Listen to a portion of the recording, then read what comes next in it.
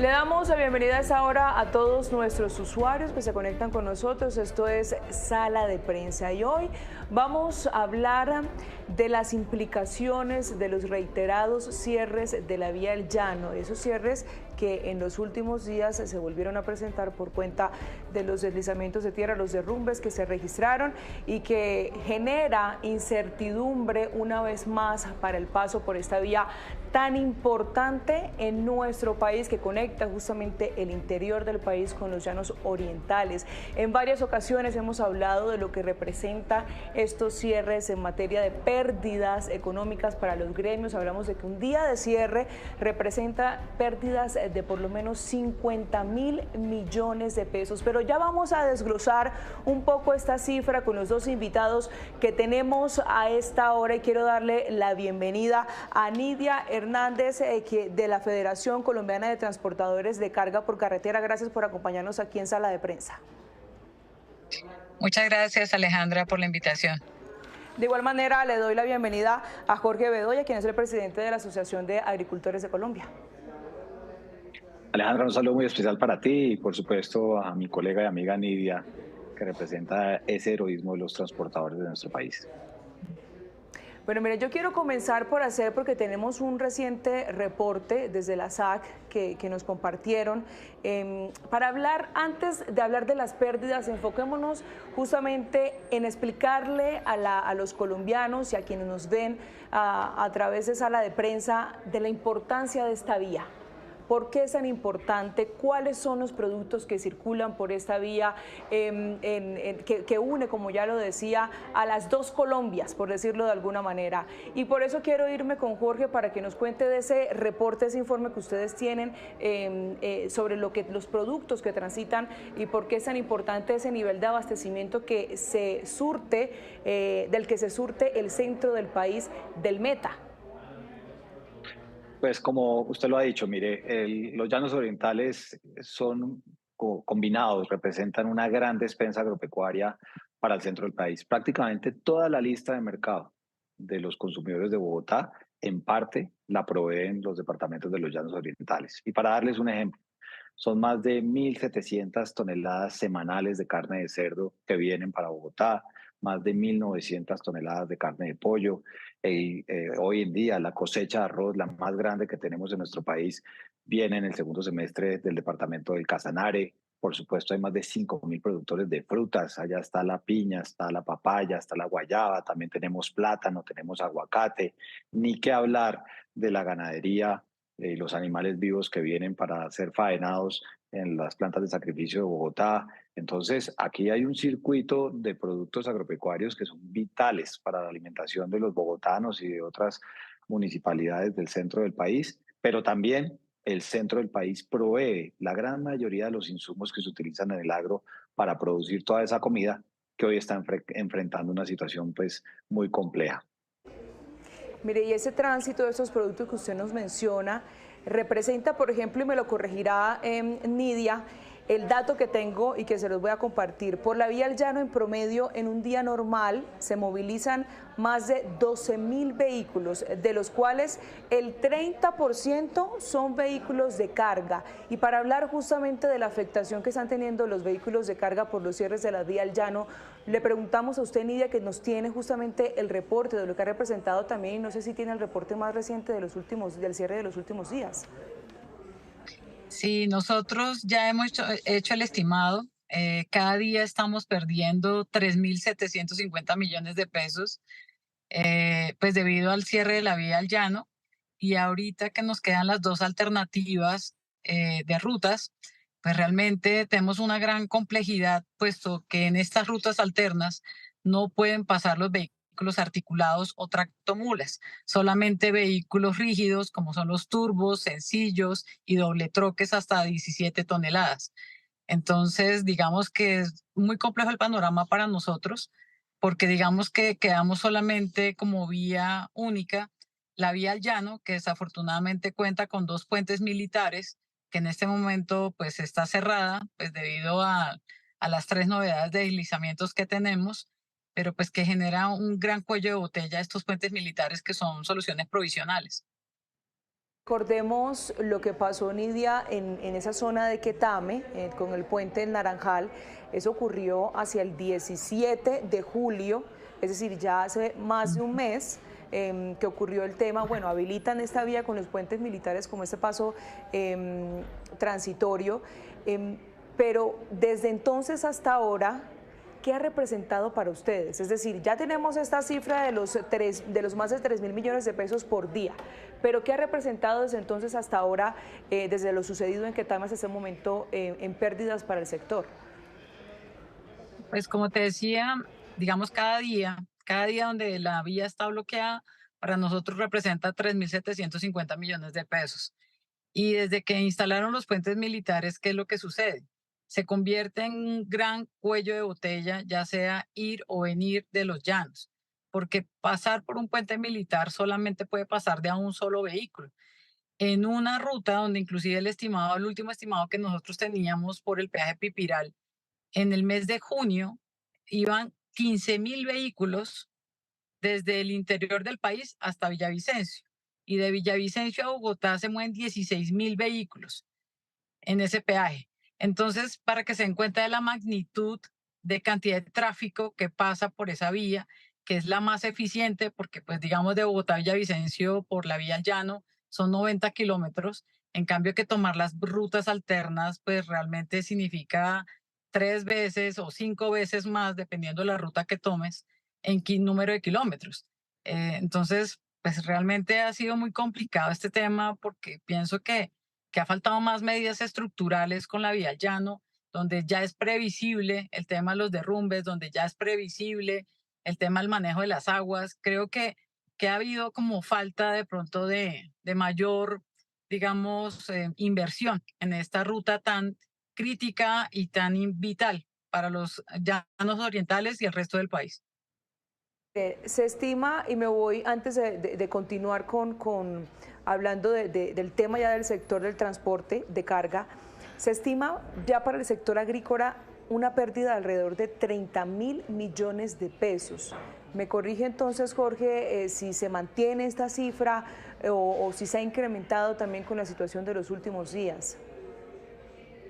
Pues mira, Alejandra, aquí lo que está en juego es la viabilidad de los productores, porque las pérdidas seguramente uno las puede tasar en una cifra como la que usted menciona o alguna otra superior.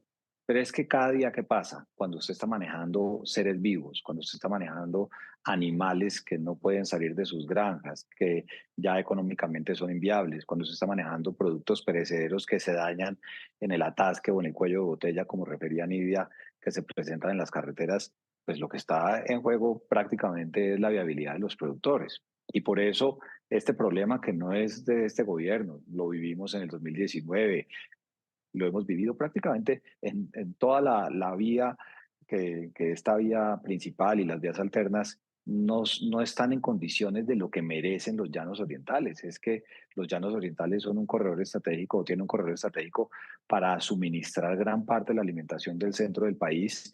Y aquí no podemos contentarnos con que pusieron unos puentes militares o con que hicieron unas obras de reparación a alguna de las vías alternas, porque es que cada hora que pasa, cada producto que dura en un trancón y que se va perdiendo su calidad, pues el que sufre es el productor y de pronto termina sufriendo el consumidor. Y por eso desde la SAC hemos dicho, se necesitan soluciones estructurales, no solamente desde el punto de vista de la conectividad, sino también de los apoyos a esas pérdidas y a esos sobrecostos que hoy viven no solamente los productores del campo, también las pérdidas de los señores del turismo, por supuesto de muchas actividades que se ven vulneradas precisamente por lo que ha venido ocurriendo.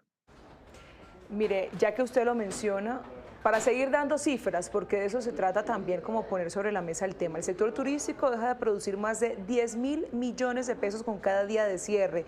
Las cifras de FENALCO calculan que el comercio pierde 6.000 millones de pesos en ventas. Pero hablemos ahora de las alternativas, justamente, es decir, en medio de ese problema que, como ya lo mencionaba Jorge, es decir, las consecuencias no solo se quedan en los productores, sino también termina por afectar toda la cadena del producto.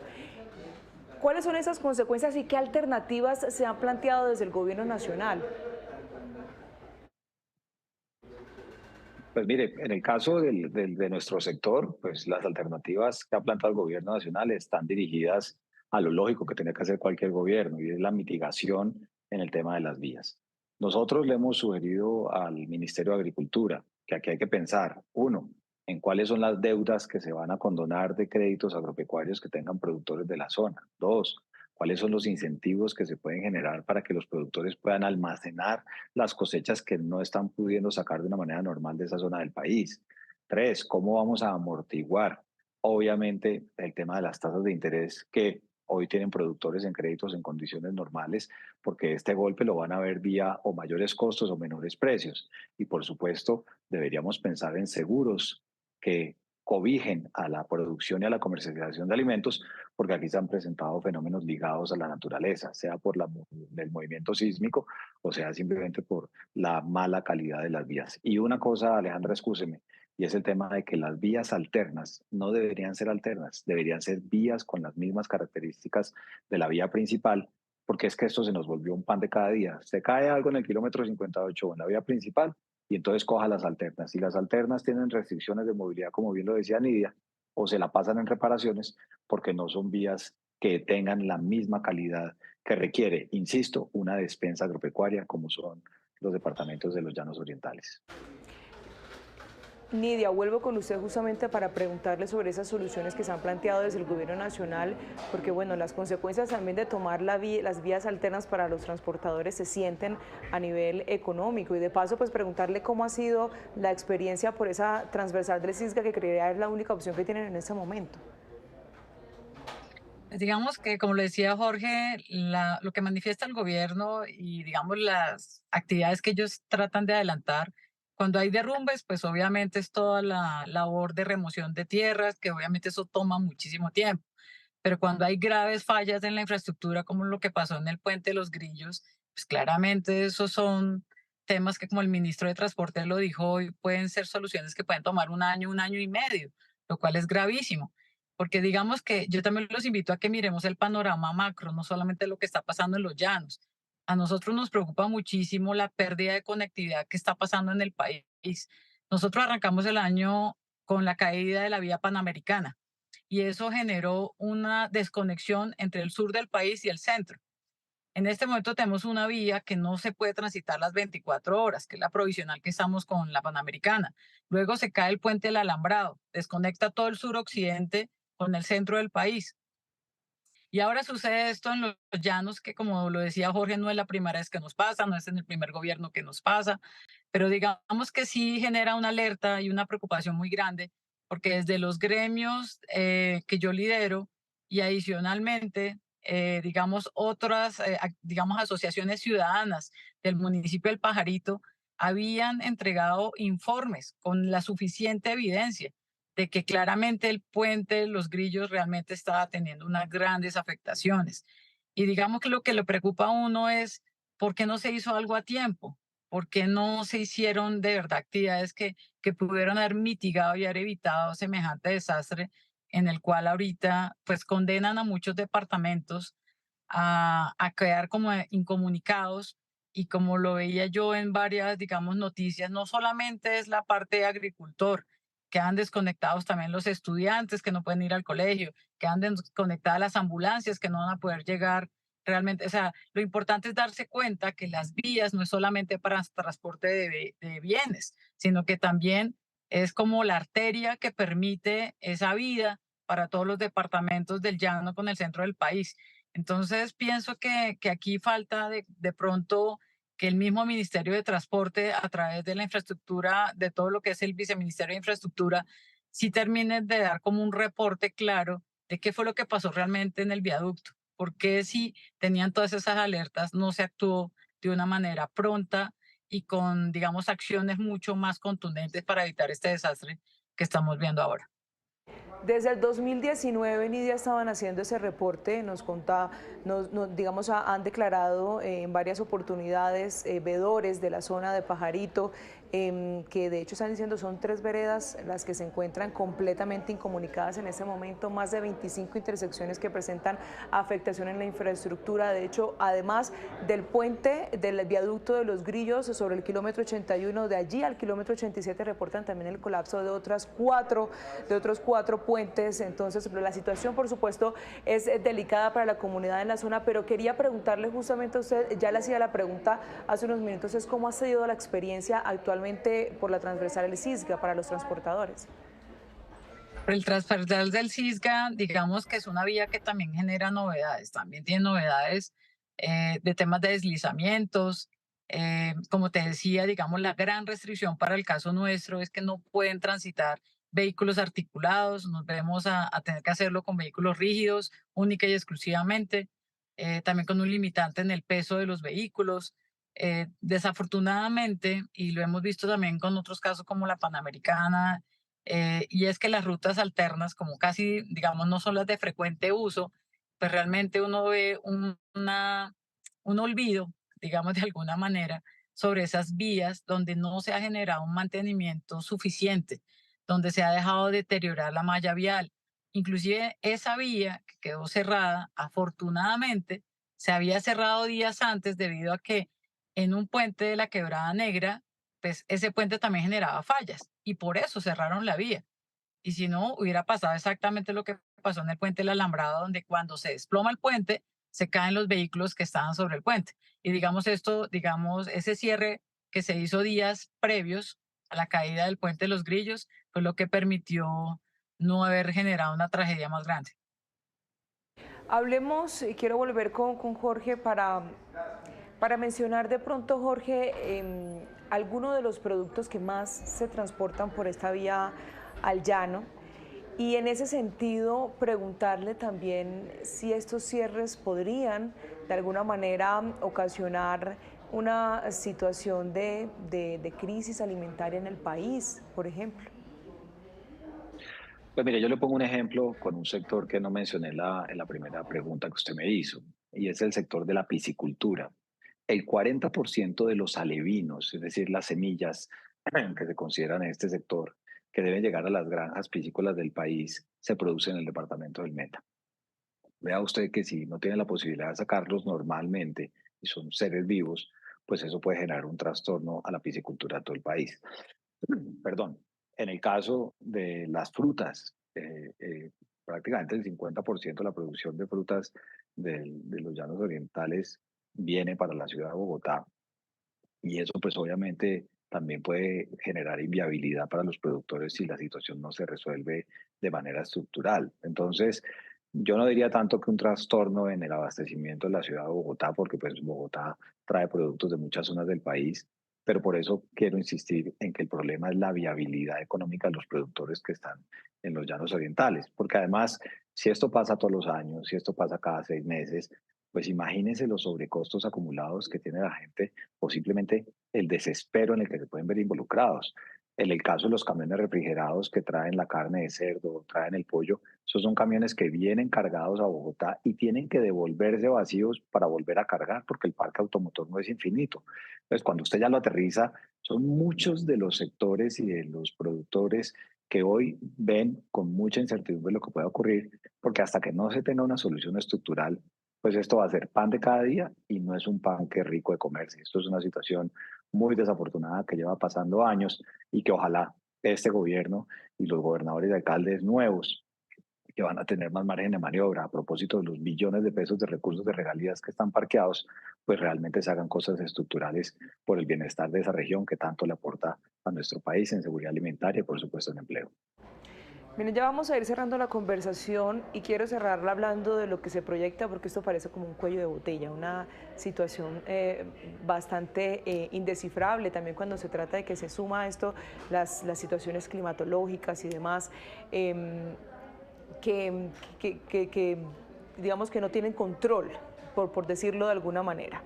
Es, sí prevención, pero no un control inmediato. Pero antes quería aclarar con la doctora Nidia, es el tema de los costos. De pronto, ¿en cuánto se ha incrementado la operación para su sector, para el sector del transporte de carga? Bueno, teniendo en cuenta que por las vías alternas solamente pueden pasar vehículos, llamémosle pequeños, comparado a una tractómula como son las turbos y los sencillos, y hasta doble troque pueden pasar. Nosotros hemos estimado que en el caso de peajes aproximadamente el incremento es de un 20%, pero en combustible sí estamos hablando de incrementos superiores al 45%. ¿Por qué? Porque no es lo mismo comparar una vía de 90 kilómetros, como es la vía al llano, a tomar otras rutas donde, por ejemplo, en el caso del Cisga son más de 360 kilómetros, o por el otro lado, por Sogamoso, estamos hablando de más de 500 kilómetros. Entonces, realmente es que la vuelta es demasiado larga y obviamente va a generar un impacto importante, sobre todo en combustible. Miren, en algún momento cuando sucedió lo de Quetame, el ministro de Transporte habló de que se estaba proyectando el incremento de algunos peajes, el incremento del precio en algunos peajes. ¿Qué opina usted al respecto luego de toda esta situación que está pasando también, doctora Nidia? Nosotros hemos pedido que ante estos casos y que ya, digamos, lo ha aplicado el gobierno en otras ocasiones donde ha habido este tipo de tragedias, pues a nivel nacional, es que condonan de alguna manera el cobro del peaje. Pero nosotros, digamos, ese no es el golpe más fuerte. El golpe más fuerte realmente es el tema del combustible.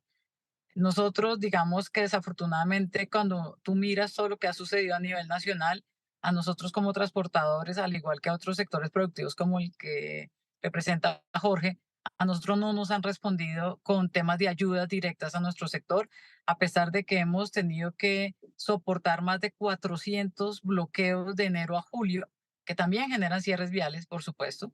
Estos mismos cierres viales debido a la, digamos, a la naturaleza o también a graves fallas de la infraestructura vial, no nos han respondido, nosotros hemos hecho las peticiones de un plan de apoyo para los transportadores y realmente no lo hemos recibido con un agravante.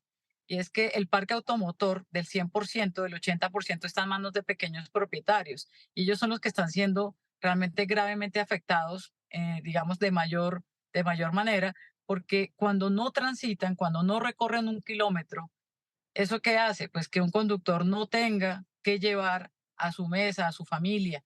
No pueden de pronto tener los ingresos suficientes para poder, digamos, atender sus necesidades. Y en este momento, en este mix que tenemos de bloqueos por parte de las comunidades y bloqueos también por cierres viales, pues realmente el tema está muy, muy álgido para nosotros, con un agravante y es que estamos en la mitad de una desaceleración económica que en el caso de nosotros se traduce en un menor volumen de carga y adicionalmente con una ola de inseguridad que nos está golpeando de manera fuerte y los anuncios del Ministerio de Hacienda es que no les van a dar apoyo, sino que nos van a subir el precio del combustible. Todo esto tendría alguna repercusión también en el precio de los productos. Y se lo pregunto a Jorge, ¿cuál sería esa consecuencia o cuál está siendo esa consecuencia? Se lo pongo en estos términos. Mire, cuando usted tiene esos problemas de la conectividad vial, o se le represan las cosechas, se le merma el peso a los animales, o simplemente usted reduce la oferta de productos que puede enviar a la ciudad de Bogotá o al principal mercado. Eso por un lado. Y por el otro lado, el hecho de que muchos de los insumos vengan del centro del país o vayan del centro del país hacia esas zonas, pues mayores costos de transporte o mayores demoras también hacia adelante le puede cobrar una cuenta de cobro bastante alta a la productividad por unidad de área o por hectárea o simplemente al peso de los animales. Entonces, yo aquí no quiero ser fatalista, pero están dadas todas las condiciones para que si esto perdura en el tiempo, pues obviamente se resienta de alguna manera la oferta de algunos productos y ya dependerá del balance entre oferta y demanda, por lo menos en la ciudad de Bogotá, si eso se ve en precios. Esta mañana había un reporte de medios donde algún medio reportaba que el plátano estaba llegando muy maduro a Bogotá y que por eso la gente no lo estaba comprando. Entonces eso va en detrimento del productor, porque pues al final del día si el precio lo bajan acá por un tema de que bajó, que la gente no lo está comprando, se le devuelve. O si usted llega a tener una reducción en la oferta de carne de cerdo que llega a Bogotá, porque de los llanos sale más del 20-25% del cerdo que se consume en Bogotá, pues uno dice, oiga, ¿eso cómo puede llegar a afectar el precio del mercado si es que las otras regiones no llegan a suplir esa diferencia? De tal manera que al final los productores son los que pierden primero y después seguramente pueden llegar a ser los consumidores. Y por eso, permítame enfatizar, aquí se necesitan soluciones estructurales. Sabemos que no es de este gobierno, sabemos que toman tiempo, pero si eso se hubiera hecho en el 2019, de pronto ya estaríamos contando otra historia, pero las vías alternas siguen siendo las mismas y siguen con el mismo grado de intervención de maquinaria, pues por muchos factores, y como bien dice Nidia, son larguísimas y ese no puede ser un factor de discusión. Bueno, pero tienen dos vías alternas, entonces por allá se puede, pero es que cuántos son los costos, es que cuántos son las demoras, cuántos son las mermas en los productos, y ahí se ve afectada toda la cadena de producción y seguramente también la de los consumidores. ¿Cuáles son esas soluciones estructurales, Jorge? Pues mire, como se lo decía anteriormente, aquí toca pensar realmente en que las vías alternas sean vías que permitan la transitabilidad de las mismas tractomulas, como lo mencionaba Nidia, que tengan especificaciones como la vía principal, porque la vía principal siempre va a tener esos problemas de la caída de la montaña. Esa es una realidad. Claro, habrá gente que diga, no, hay que hacer túneles y demás, pero ¿cuánto va a tomar eso en hacerse? Y obviamente dentro de las soluciones estructurales también hay que pensar en las coyunturales, cómo le aliviamos los sobrecostos y las pérdidas que están teniendo todos los actores, los del turismo, los agropecuarios, los transportadores y demás.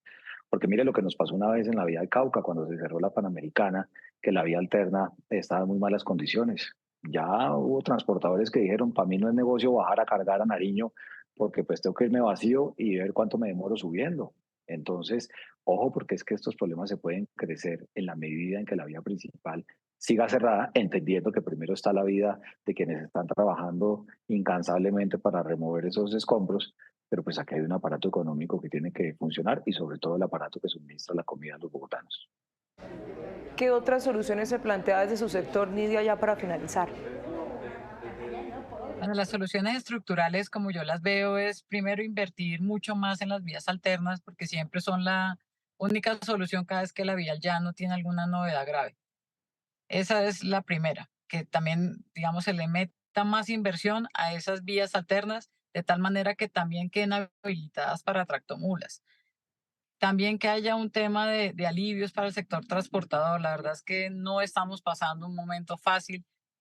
Creo que ante lo que estamos viviendo en este momento, sumado a la creciente ola de inseguridad, estamos frente a una grave crisis económica y más cuando nos están amenazando con que van a subir el combustible. Creo que esa es la principal amenaza.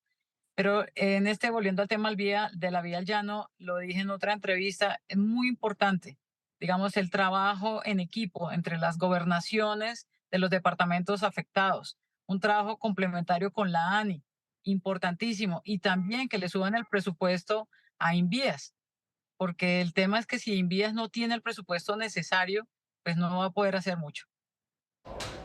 Pues muchísimas gracias, Nidia, por su análisis, por su reflexión aquí en Sala de Prensa. Vale, muchísimas gracias, Alejandra. También gracias a Jorge por estar con nosotros en Sala de Prensa.